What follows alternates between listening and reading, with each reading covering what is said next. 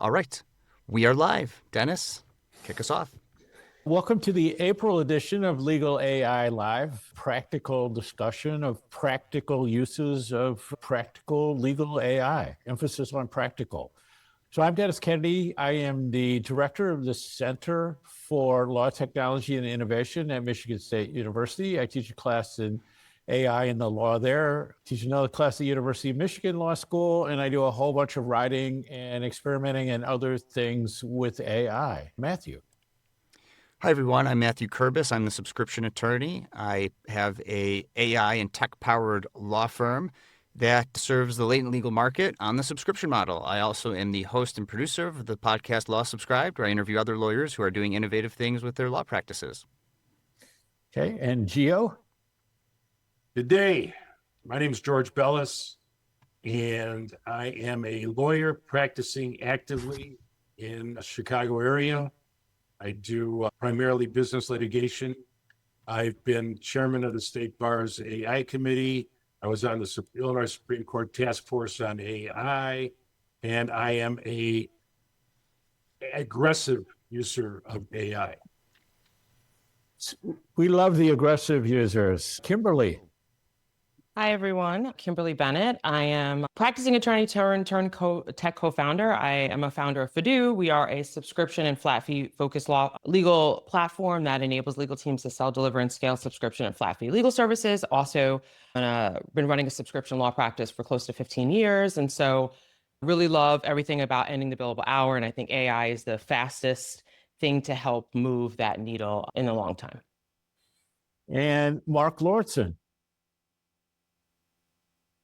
Hey, good afternoon. I was not expecting to say anything, but I will very quickly. I'm Mark Lauritsen with Capstone Practice Systems in Harvard, Massachusetts. I run a company that is dedicated to building knowledge systems for law firms and law departments. I teach as an adjunct at Suffolk University Law School in Boston, and I've only been involved in AI since about 1985. Yeah, I was going to say it's great to have Mark on because he goes back so far in the world of legal AI. So I like to start each of these sessions out with a little segment I like to call "What Did You Try in AI?" This is what I do in my class as well. So I will kick it off because I did something I think is pretty cool this week, and so I always have this problem of getting invitations to things and having a hard time saying no and trying to rank which ones I should do and I shouldn't do. And I said, well, what if I figured out a way that I could use AI to help me with that? So I actually have created this thing that if I get a request to do something, I can summarize it, score it, have the AI tell me whether it's something that I should do or not and why. And even better, it gives me the first draft of the response I should send to somebody saying I'm willing to do it or not do it or to kick it down the road a little bit and come back to it. What are you, Matthew? So I'm coming off of ABA Tech Show for this past month. And Kim, it was great to see you in person there. And then also just like earlier this week, Gio hosted a talk that I was there. So I've been connected to a lot of folks here recently. I will say that what interested me most out of ABA Tech Show in terms of like the AI stuff that happened, which is what I was thinking about with AI in the last month, is there was this company there called Belt, and I haven't signed up for my free trial yet. I think they have like a special, if you met them at Tech Show, you get like 90 days free. Is they're using AI to solve really like low-hanging fruit. I'm sure it's complicated, but it's not like the sexy use of AI. It's like, okay, we integrate. One of the co-founders already had an exit of a legal tech company, so like he understands legal, he understands security and privacy and all this stuff. And so what they do is they sit in your messaging and emails with your clients, and they extract like to-do items, and like, you know, there's a little bit of a focus on billable tasks and such, right, which doesn't really apply to me. And then they automatically put it on your calendar. It's just like, gosh, that is so useful, you know. And so, what's it? What was the product? It's called Belt, like you wear a belt on your pants. I'll figure out what the URL is, you know, and it's not my turn to talk. But like just like, you know, and they have it priced right. I think it's like less than $20 a month. You know, and because they are targeting lawyers, obviously they were a tech show, but they're also just targeting just the broad market of anybody that might be useful for. And so like that's what I'm looking to see. I also use a platform called Before Sunset, which I finally kind of figured out how to use. But you make your own to-do list. So you bring your to-do list, and then using AI, it could like help you expand on the to-do list and then schedule it just for the day of. And I like want to schedule things for the future on my calendar. So like Before Sunset isn't quite there yet, and it's not built like with legal in mind for the security and stuff. So even if you could integrate it, I don't know if I would. And that's about like $10 a month, I think, full price for something like that. So like that seems to be the right price for this type of a software. And Belt is what I'm excited. I don't have like next month. I will be in the middle of my demo, so I'll be able to talk more about if it's actually working and what I like about it. Gio. Well, I'm more of a practical use of it in trial. We had a trial going, and we asked it to draft. We put everything in it into chat about the case, and we asked it to draft an opening statement, and it did. It was pretty good. But then what we asked it to do was to draft the opening statement considering the reptilian theory of jury selection, which a couple of national authors have been advocating for a while. And it did. It gave us an opening statement that was appealing to the jurors' reptilian instincts of survival, and it worked. So we adapted a portion of it in our opening statement. The other thing that I did was I have a case with multiple parties, and everybody's got a different theory about the facts and positions on settlement. So I ran everybody's position through chat and Perplexity also, and got a comparison and analysis of everybody's position that I'm sitting here trying to figure out how I'm going to wiggle my way into everybody's position. So it's fun. And what I'm really trying to do is, before I pick something up, see if I could use some form of AI. And Matthew, I was at the AI Tech Show, and it was mind-boggling, some of the things that were available. I really like some of the e-discovery techniques that are coming out. And I'm a dedicated Clio user, and there's some really good apps that are working with Clio. I have not broken away from the hourly billing yet. I don't know.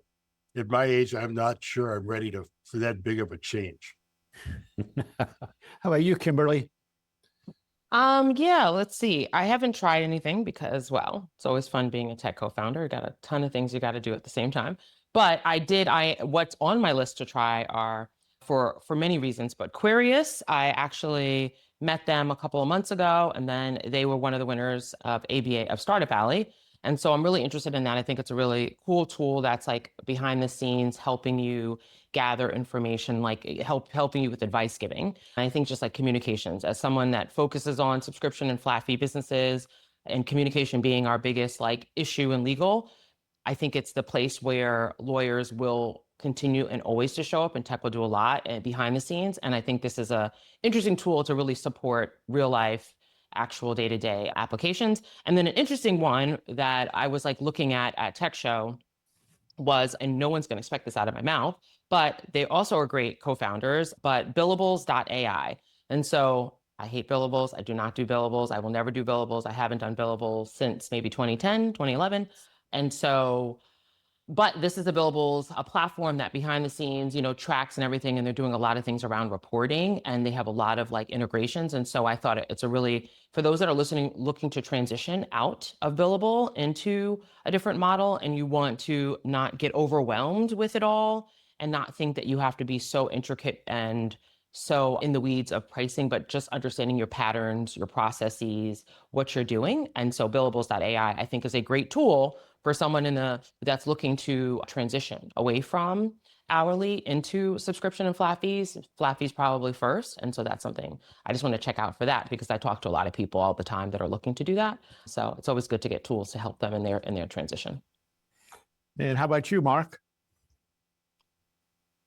Let's see. As you guys may know, there's an international conference on AI and law happening in Chicago in June. It is far from practical for the most point of view, but I always enjoy going. If I make it, this will be my 19th out of the 20 they've had. I'm also on the reviewing panel for that and looking at lots of the papers. which again tend not to be especially practical, but often very fascinating. As far as a practical solution, two quick things. One is I did a paper myself with a colleague in the Netherlands about how do we integrate generative AI with conventional document automation? How can we use the combination of these two technologies, sort of the supposed neurosymbolic approach to legal automation? And that was fascinating by developing a workflow that could take a consumer's answer to a narrative they're called for, say, to get a motion for protection against domestic abuse. You have to describe your story. And one of the limitations of conventional approaches has been it's hard to ask questions and elicit an effective narrative. It's better to have a free form experience where the litigant can describe what they're doing and then they can be prompted and conversed with. And we built up a solution like that I found quite promising. One other quick one to mention is I teach, as Dennis does, and I had a fun experience negotiating with the academic dean about a course I want to offer on Shakespeare and knowledge technology. And one of the issues was, how can we give 3 credits for a course that only meets for 2 hours a week? And there's an ABA policy whereby for project-based courses that are kind of experiential, you can include the out-of-class work. And she pointed me to this, I don't know where it was hosted, to a chat system that was able to ingest my course description and tell me exactly how many hours I need to claim the students have to work outside of class to justify the 3 credit limit. So just quick responses, Dennis. Yeah, I love that type of thing where you have like some requirement and the AI can kind of help you navigate to produce something that someone needs to give you the approval. One of the things I've noticed, you guys were all at Tech Show, but I wasn't, and so I'm interested to get the feeling from people here. I sort of feel that we went through another one of these breakthrough periods in AI, where in the last 2 weeks, it almost feels to me like it changed as much as it had since the beginning of the year, and maybe most of all time. And so, I mean, you're seeing things like the deep research, you're seeing new versions of these different tools, and also the responses I'm seeing are very different, and in some ways better, some ways worse, but we always have to experiment. But I'm curious, Matthew, do you get that same sense with this? They dropped a whole of the foundational releases, they dropped a whole bunch of new stuff, and it seems like it really went up several notches. Yeah, you're also seeing a lot of anime photos too. Don't forget, Dennis. I don't know if people have seen the Studio Ghibli inspired anime. Oh, and we're getting one more person here who's joining us. She'll say hello in a moment here. So, and I don't really even pay attention to the image stuff. I just learned about this morning at a local Chamber of Commerce networking breakfast that they're doing these like prepackaged like action figure or doll in a box style things too. Like that's coming out of somewhere. I don't know how that's relevant or useful. And when you look like I do and you try to make an anime character, it also just looks like any other like pasty white bald guy. So like it doesn't actually look like me is the thing. Those image things never work with me. But like, yeah, 2.5 for Gemini launched. And, there's something about like it's saying it's an experimental mode, like it's still taking risks. Like doing what I do, like, I don't know. Like, I actually kind of like 2.0. I know its pros and cons. I know what works. Like, I even kind of want to give that like another month to breathe before I start playing around with Gemini's 2.5. 4.5 for ChatGPT is being released. Like, yeah, like it's, I like to try to stay at the forefront, but I'm not even playing around with these new models yet. And as far as like the temperature from folks at Tech Show, there's still a lot of hunger to learn more about these tools and like what we don't already know and people not already repeating themselves, while also at the same time like I don't know, how much do you know? Like, do I need to explain retrieval augmented generation, or do you get it at this point? Like, I think like what we need to do as an industry is do a better job helping people self-select based on like even like a beginner, intermediate, advanced, with like a little bit of a definition of what that means in terms of your AI and like where you are in terms of your understanding of it. Because sometimes like I don't know where to start. Like if I'm talking to law students, I almost always start at the beginning. But I'm talking to lawyers, it's kind of hard to get a sense of like where are they in their AI learning journey. But there's still a huge desire for it. And next year for ABA Tech Show, it's going to be all agentic AI, and if we're even still calling it that. Mm-hmm. And Gio, how about you? Are you trying these sort of newer models when you use ChatGPT? I'm, s- you have to see context for me, okay? I've been practicing for 54 years. It's hard for me to keep up with everything that's going on, but I'm still adjusting to the earlier versions. But if I could go into a different direction a little bit, Dennis, the Illinois State Bar Association held its annual or biannual Allerton Conference this past week, and the focus was AI and how the legal profession needs to adapt to it. And one of the interesting things that we concluded at the end of the conference was that lawyers by themselves are really rowing with one oar. We really need assistance in learning and getting on board with this stuff. We're not really trained to do this. We're learning on the fly. What we really need to do is to partner with technologists who understand the technology better and will help us gain knowledge and applications for things that we could actually use in the practice. So the message was we have to partner with technologists. And I'm certainly not one of those. Okay, and Kimberly? I think I will agree with that. I think, well, okay, so my ABA Tech Show, I didn't get to go to many of the talks, so that wasn't probably the highlight. I was doing a lot more like connecting and talking to people behind the scenes. But one of the themes I did hear when it comes to like adopting AI and thinking about it was just that people are hungry for it. But I kind of agree with Gio in that I don't think lawyers need to step into the space of like being the expert, but being good at how we apply it in our practice, right? Like, I think partnering with and letting those that are the technologists lead, because I think this is like the consistent theme throughout my years of going to Tech Show, being on planning board, doing the different things. I think sometimes we want to become the experts in the thing because we know we can train ourselves because we're taught to train ourselves on topics and get really deep in it. But I think this is a space to learn and respect the other industries and practitioners and let them show us how they're doing it and then use our knowledge to apply it. So I guess for me, Tech Show, it was a lot of great tech on the floor, a lot of good conversations about how AI is changing legal. Of course, all of my conversations are about how AI is changing the billable hour and what that means and how we need to show up differently and how we operate and run businesses.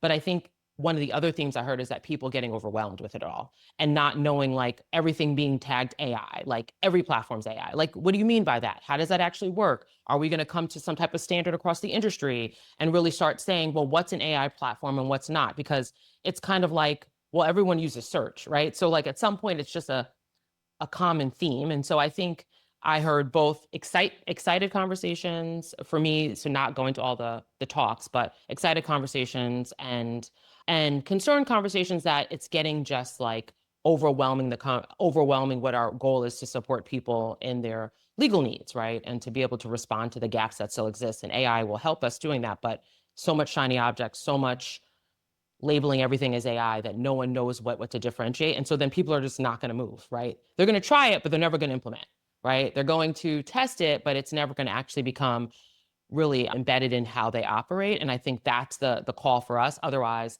one tech founder, excuse me, we were talking and he was saying, the gap might become so big between what the tech tools can do because they are making amazing jumps and where the legal profession is, right? And are we going to close it with what type of knowledge? How do we show up? And I don't know. It's interesting, Matthew. Like, do we need to train them on those topics? Do you need to understand it? But I don't know how much you need to do it. You need to respect that someone else understands it and respect that we need to bring people into the industry, which I think we haven't done historically well. So, Mark, I'm really interested in your historical perspective because there's definitely a line of thinking, and I'm probably falling into this camp lately, where it's less that we need to know the details of the tech and how it works, and it's better that we know something about Shakespeare, that we know how to think, we know like all these what we traditionally call the humanities or liberal arts, that's what's become really important in the tech. And if we just focus on the tech, we're missing out a lot on what AI can do. So I'm curious what your thinking is on that, and then also your reaction to the sort of newer levels of the technology to the extent you've experimented with it. Yeah, thanks. I think, I mean, the thing that excites me the most is how do we leverage these tools to expand our traditional legal and professional ability to think critically. So that's the theme of most of my courses. They're all maker style, where students are building apps and learning about the technology hands-on. But to me, it's always in service of an idea of how do we, as responsible citizens in a democracy, exercise our ability to think critically about law and other things. To react to a couple other points made today, I think the speed with which things are changing and evolving and the tools are evolving are beginning to exceed our human capacity to keep up, right? And so in some ways, the challenge, I think, ascends to the challenge of how do we choose? How do we decide which of these technologies to deploy now for a while the world changes around us and get the most out of them? The other theme for me is just the coming cacophony of voices we have to deal with, right? I have a short piece on the Society of Legal Minds, and just the fact that we're now getting all these different faucets we can turn on simultaneously to dispense knowledge and suggestions and ideas and brainstorming. And so the question there is, how do we mitigate? How do we channel that amazing wealth of artificial knowledge and wisdom to our practical legal work? So I don't have an answer, but those are the kind of questions that obsess me at the moment. Yeah, I mean, I think the questions are the key. I was talking with one of my students today about a paper topic, and I said that the thing is so amazing right now is you can choose an AI topic, and to me, you're the expert. Like there are only questions. There are no answers on this stuff, and your answers and your opinions are probably better than most of the people out there. And so it's a really exciting time for that. But I do want to talk about the speed and the number of options. So Legal Tech Hub produced a while back, a few weeks ago, and this nice chart of 400 legal AI applications. And I like to say 400 applications that self-identified as legal AI. And they got this blowback saying like, oh, wait, you forgot all this stuff. So now they did an updated thing that said there's 505 legal AI tools. So to me, if you give me 505 options, you've given me 0 options, right? And I think that's the way that most of us see it. So Tom and I just recorded a podcast, and we talked about this issue and said, like, what people really want are frameworks.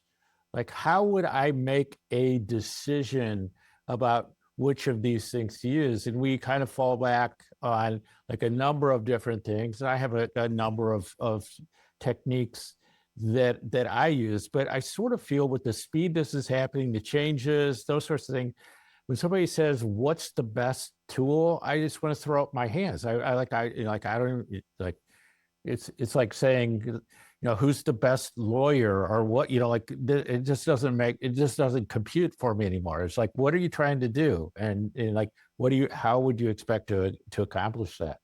So I'm curious, I'll start with you, Matthew. What kind of frameworks do you use when you choose tools? Because I sort of have this sense that in terms of legal AI tools, you are probably using more of them than anybody, on this webcast.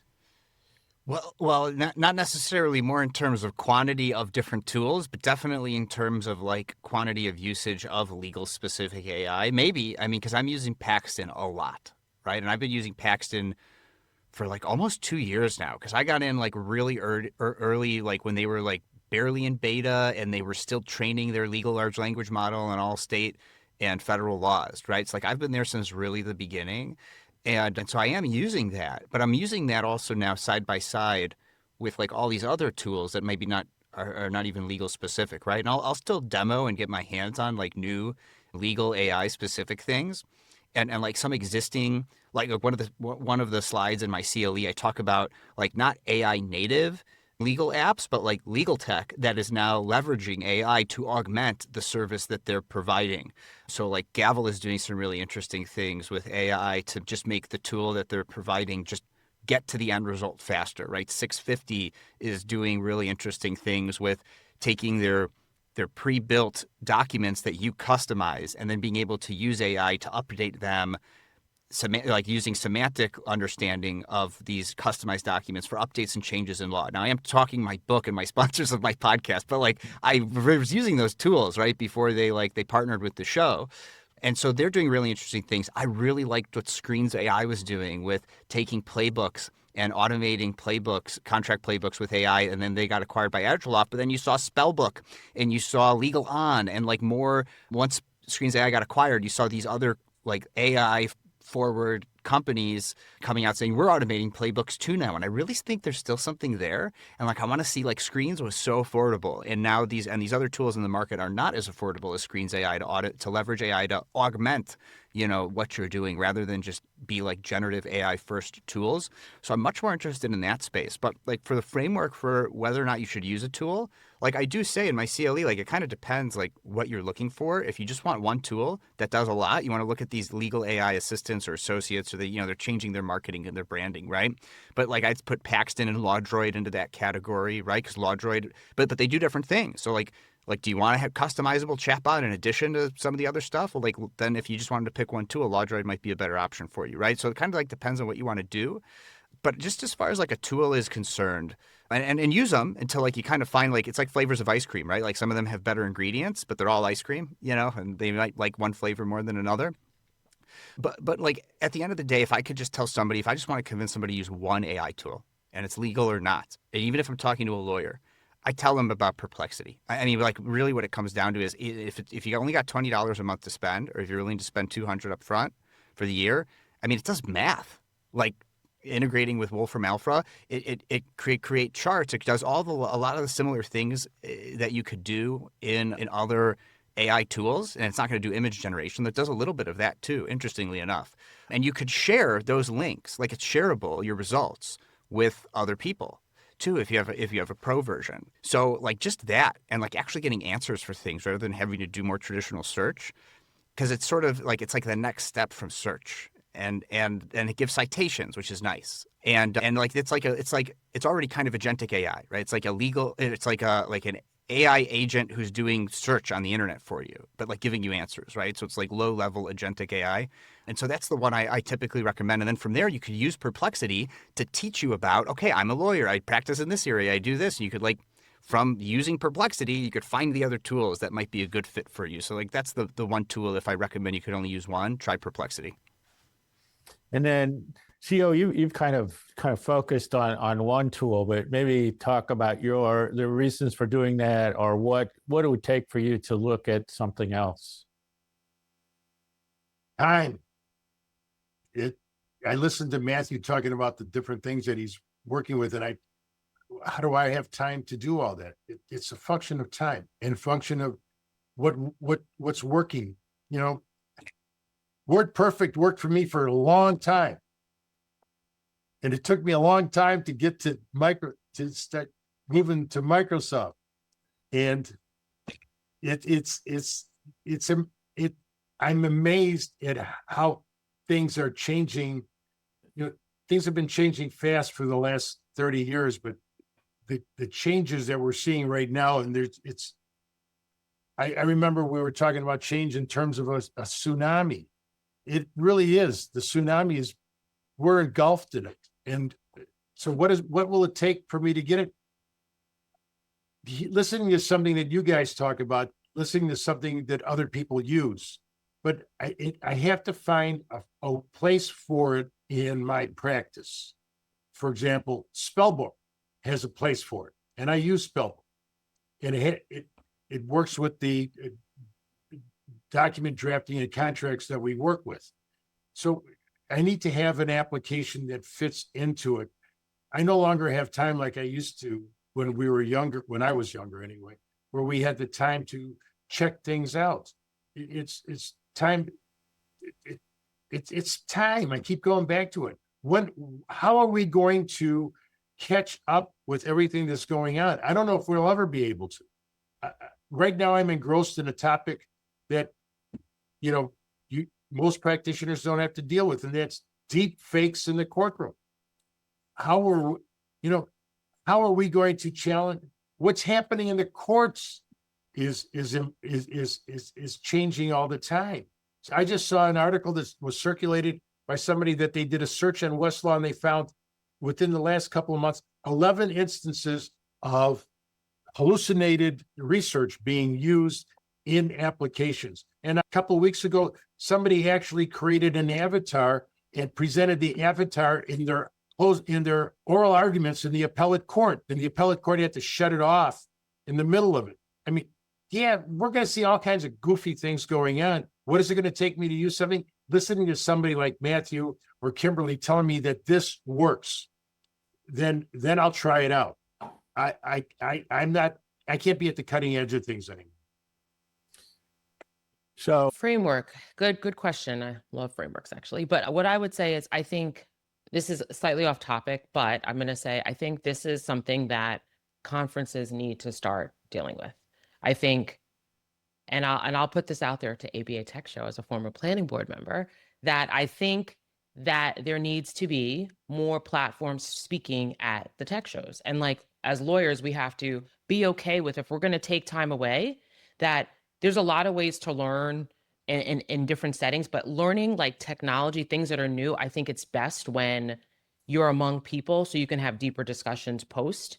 And so I would love to see more conferences bring in, and this is, sure, I'm a tech founder now, but when I was not a tech founder, I thought this. I think we need to have more talks that are done by the platforms that give us the knowledge of why they made a decision to build in a particular way, so we can start having conversations. Make it a complex panel conversation. But I think what Gio is getting at is no one has that much time. So when you take time out to go to these conferences and do these other things, I think we need to do better at educating and being thoughtful about that. But okay, so framework for picking tech, I don't think it's changed, honestly. I don't think AI should change how you think about your tech stack. And if you haven't thought about your tech stack, you should be thinking about your tech stack, right?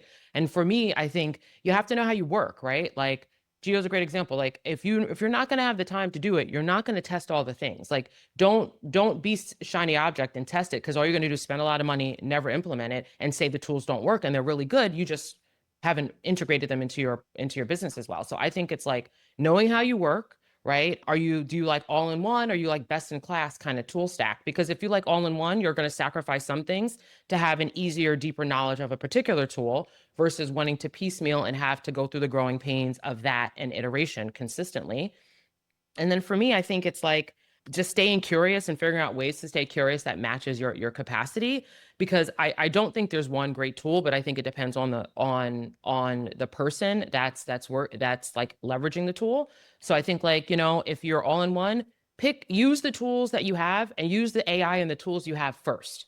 Like, I think everyone wants to go out, and a lot of the tools, our tool included, our platform included, we don't say we're AI first, even though there's AI in the platform, because you just become a part of the noise. Like, find the platforms that are helping you solve your business problems, helping you serve your clients, helping you build the model that you want, and then use everything that's built in there. Everyone now has either Microsoft or Google Workspace or something else. They all have it included. Use it, and then add on from there, to me. And I think continue to stay curious, go to these conferences, and then push the conferences to put on the providers to say how it works, how it can support people, and not just only, I think you need the legal professionals perspective, but you need the platform's perspective too, because we're limited in our knowledge because we're not the ones building it, right? And so I think we need both of those things. So that's one thing. And one other thing I'll just say that I think is interesting in these conversations is I saw this post about how we're in such a fast mode of taking in knowledge,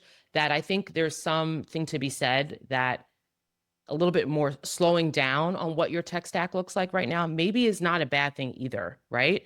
Like, not looking to always change, but looking to test, right?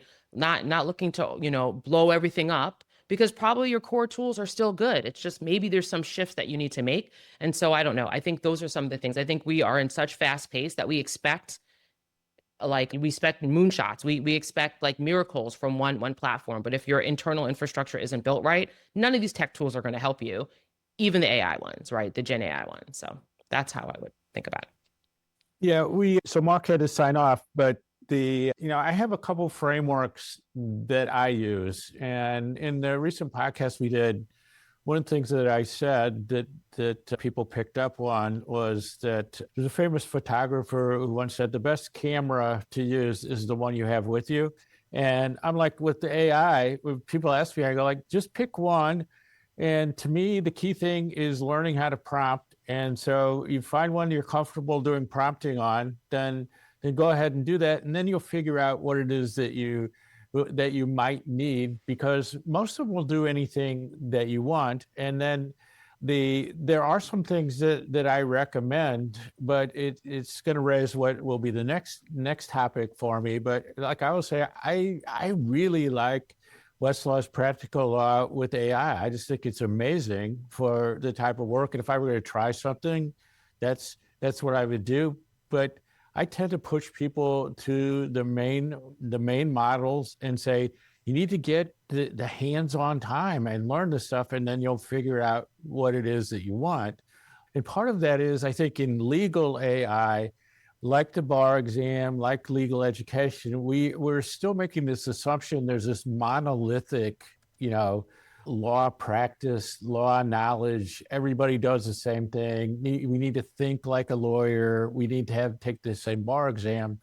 We need to learn how to bill hours. And that's not what the profession looks like anymore. And so if Gio is doing litigation and he asked me what AI tool to use, it'd be like saying, which is the best Mexican restaurant in town? And I say, well, I can tell you something, but I don't eat red meat. I'm not going to be probably help to most of the people. So I sometimes think that. And then my big framework is Clayton Christensen's jobs to be done notion. So figure out what is the job that you're trying to do, get a really good understanding of that, and then the tool will fit that. The other way that approach is stated often is, what am I hiring the AI to do? And if you can get really clear on that, then I think you start to make better decisions. But there's so much happening. Yeah, go ahead, Kimberly. I was going to say, and I think I agree. And I'm like, do that with every tool you have, right? Like I've always looked at tech as a team member. When I grew my firm virtual before like subscriptions was a thing, and I was building a tech forward practice, it was like, what is this tech meant to do? It's not to dehumanize. It's not to make it as a human. Humans aren't important, right? That's not what I'm saying. But it's like, in scale, my size, my goals, what I'm looking to do, the tech is filling a function.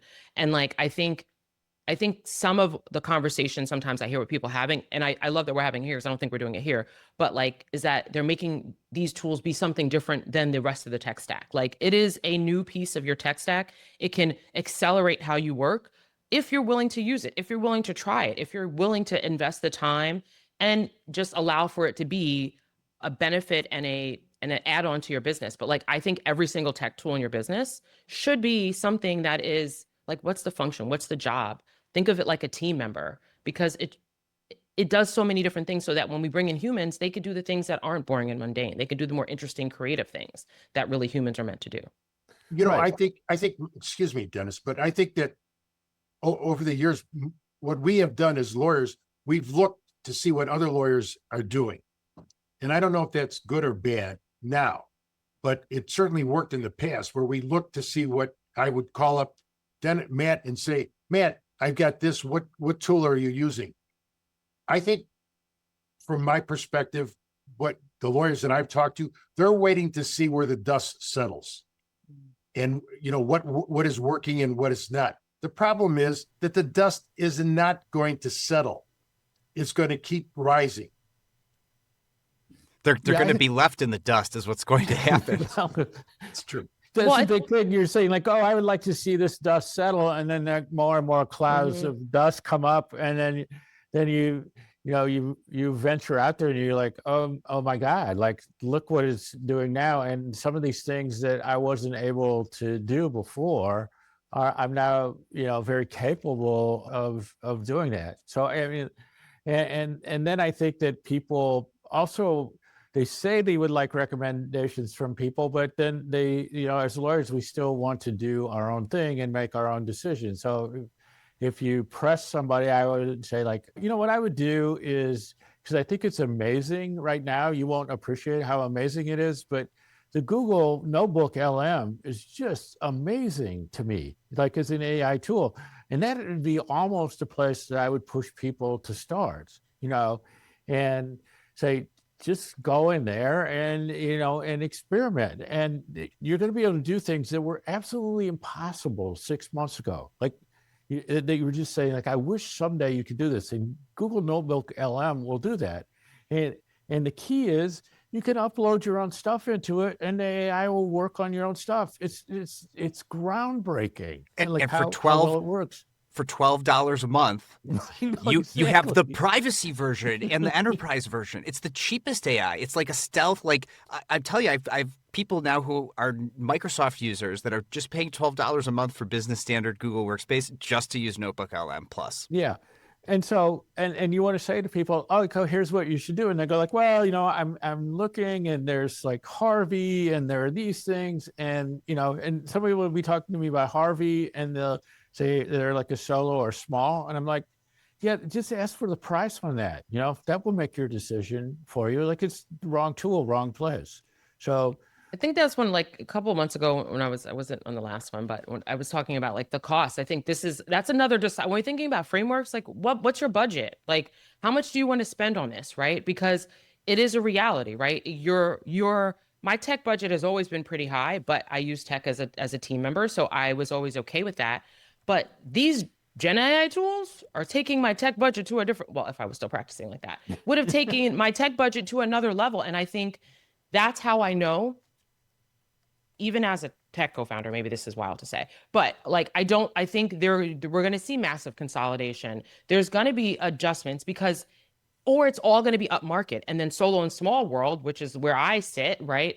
We're going to have to reimagine, and you're going to use some of these tools. So I think legal has always been like this separate from tech, right? Legal tech is separate from tech. Maybe it's time legal tech is just tech. What's happening in the broader world? Let's incorporate what people are doing, and maybe we can. I like the legal focus ones, and I understand the need for them, but I do think, like, when you start using these tools, they're not terrible if good information goes in, decent information comes out, and you still are required to look at it. And once you do, you can quickly see what's wrong. I drafted a contract last week with it. I mean, with with ChatGPT. Right? Literally. And it was my template I was working off of, but I knew what I wanted to adjust, and I didn't want to just have to go back through it. I'm like, okay, change this clause. I want this change. And it's like, do you want me to do it like a legal review? Yes, please. I wanted to see what it did. And I was like, well, that was pretty good. right. Faster than I would have trained someone to do the same thing. So I think some of this is like, use the tools that you have, like you were saying, jobs to be done, but like also the budgets are just, I think that as a tech co-founder to other tech co-founders, if you're going to be in the solo small market, commit to the market, because you can't price everybody out that they can then not use your tool, right? Like, and I get it's hard, but that's what I think it's going to keep on happening, right? So anyway, not to. Right. Well, and there's also a big talent issue, and this we'll touch on another topic that I've been thinking a lot about, because I've seen a lot about it lately, which is, if there are 505 legal AI tools, there has to be a shakeout, right, at some point. So part of my framework of thinking about things is I have to figure out who's still going to be there, right? And whether it's still going to be the same thing in a year from now when it's sold to somebody else. And to me, that's pushing me more and more to the foundational AIs and getting really good at using those, unless I have some very specific legal use cases where there might be a better tool. And the fact that the legal AIs are sort of riding on top of these, giving me a better interface and tuning and that sort of thing, might be useful. And so I saw this thing on LinkedIn today where somebody's saying we should do like some kind of benchmarking where we run legal AI tools and have this contest, and on the same prompts, legal AI tools and foundational AIs, and see who does better.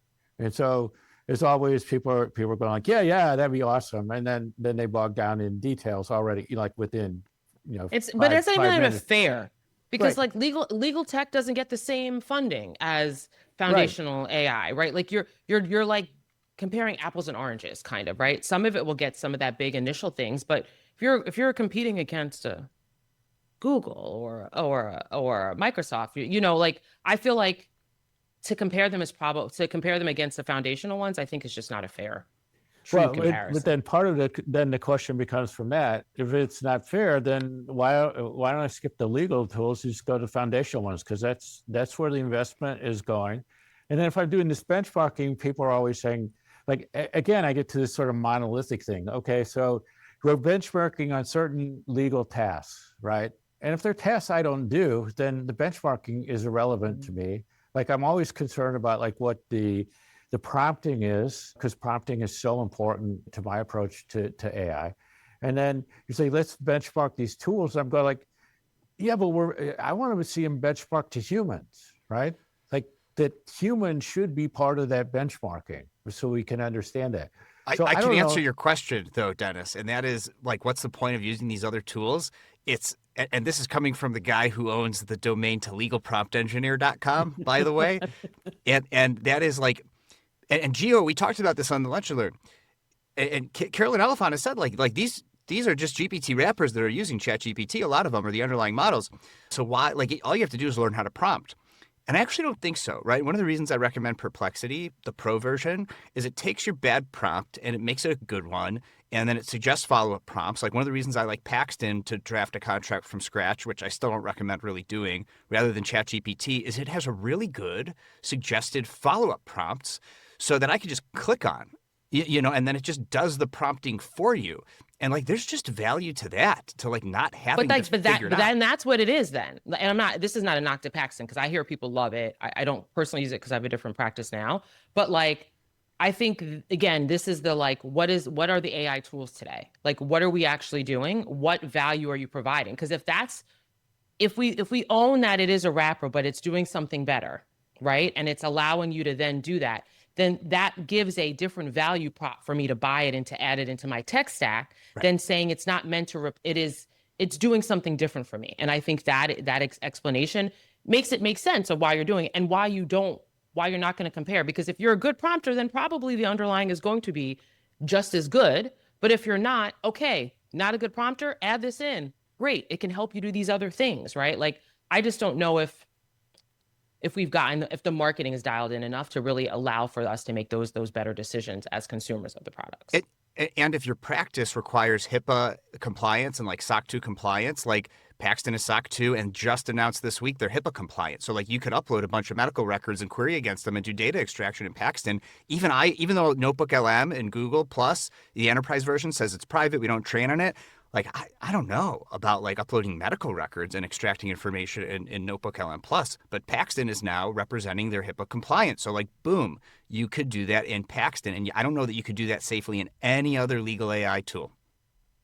Yeah, so what's happening now that's really interesting and a topic for another day is a lot of discussion about how prompting is changing. So we can just say in the prompting, here's what I want to do, and then have the AI generate the prompt, and then keep optimizing the prompt, suggesting the follow-ups. And so if you don't want to put, I would say this comes back to the time thing. Like for me, I'm really comfortable with the way that I prompt, but I put a ton of time into that. And I don't know that other people want to do that. I'm also telling you right now that this sort of ask AI movement, I call it, makes me wonder like whether I need to keep developing prompting skills in the same way, because the AI may do it for me. And so I think you'd say, well, here's this general thing, and maybe I need to have all this human prompting, or maybe it's an AI enhanced, maybe AI takes over, or if I'm in a legal tool, maybe somebody else has enhanced the prompting for me, built that all in, and I just click a button that says, like generate interrogatories, right? And it works really well. And I would be happy with that tool if I had ever had to draft an interrogatory in my life. So I need to understand, again, what is it that I'm doing that that could be where it could be helpful.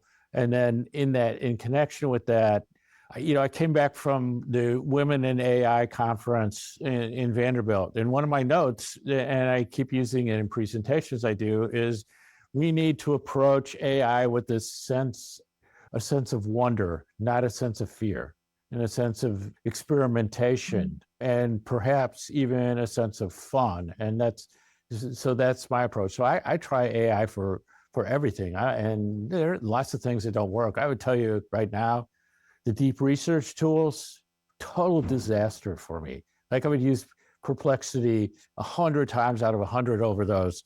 Like I was trying to find out like what the best electric razor, cleaning brush was, and I used it in Google Deep Research. Obviously not the best use case here, but 45 minutes into it, it was still grinding away. And then one of the suggestions was a $125 brush, which I thought was a little extreme, but then it was a pet brush, not an electric razor cleaning brush. And I was like, if you take more than 35 seconds, it's not a tool I'm especially interested in. So I know we're running out of time, and I like to end with the tips that people have for the audience. So I don't know, let's go.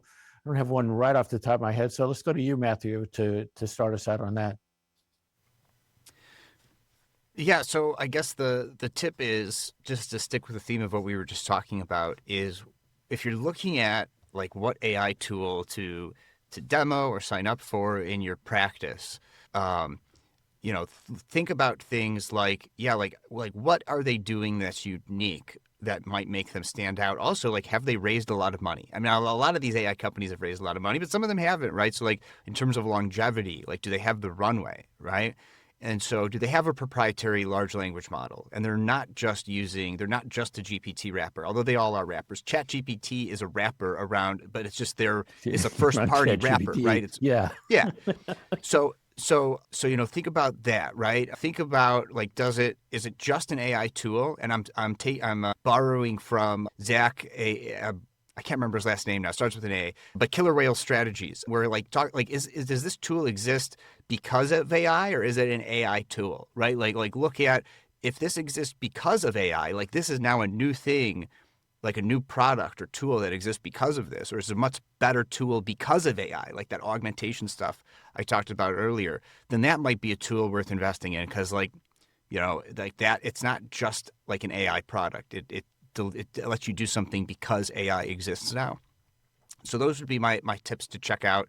And I'll let you know next month whether or not Belt.ai is worth checking out. So stay tuned next month. Okay, cool. How about you, Gio? I'm reminded of a professor I heard a couple of years ago. He said, "What's the big deal about AI? We've had it for a long time. It's called an associate. You give him a project, you grind it out. A couple of days later, you get a draft, comes back, you edit it, kick it back. After a few iterations, you finally get something, and then you sign it and you file it. And it costs you $10,000 a month." Going back to what Kimberly talked about in terms of the cost, I get the same services now for $500 a month. So it's a tool in your practice, and you have to learn how to use it. Kimberly? Yeah, agree. Cosign. I would say stay curious is my biggest one. I think that was the best thing for me when I was growing. Staying curious doesn't mean you have to, implement them all, but stay curious, carve out whatever it is, an hour, 30 minutes a week, and think about that. But I think it's to look at technology, including all these tools that are coming up, as team members, and like how can they serve as functions in your business. And then really think about your business. Like everyone's business is different. So instead of just taking what someone else is doing, hear what they're doing, understand their business, see if it applies to yours. And then if it does, if there's some synergies and similarities, then consider implementing it. But if not, implement what you have right now, get good at the things you have right now, because you'll find your pain points, and then bring in tools to solve those pains. And then I'll speak to my smaller tech founders and say, because I would be remiss if I didn't, that funding does not equal longevity, because a lot of tech gets a lot of funding and then they fail fast because they don't actually have the runway that is actually just a saver. So I would say, like, if you find a tool that you like that is part of the smaller tech kind of space, invest in them, give your feedback, because that helps grow, because I think legal tech is a harder market for people to go in, and only recently you're seeing this, and it's really only AI. So I would do that. And then my one thing, which is totally unrelated, is happy Founders Day to my Spellman sisters. That's why I'm wearing my shirt. There you go. Okay, great. I love that teams notion, and I'm sort of evolving to that description of AI as a thought partner, and that's how more and more I think about using AI. So my tip is, and I do this a lot now, is if somebody talks about a technique or a strategic approach that's used elsewhere in law. So if you're listening to this and you say, well, they were talking about this jobs to be done theory, I just have AI summarize that for me, then say, now give me some action steps.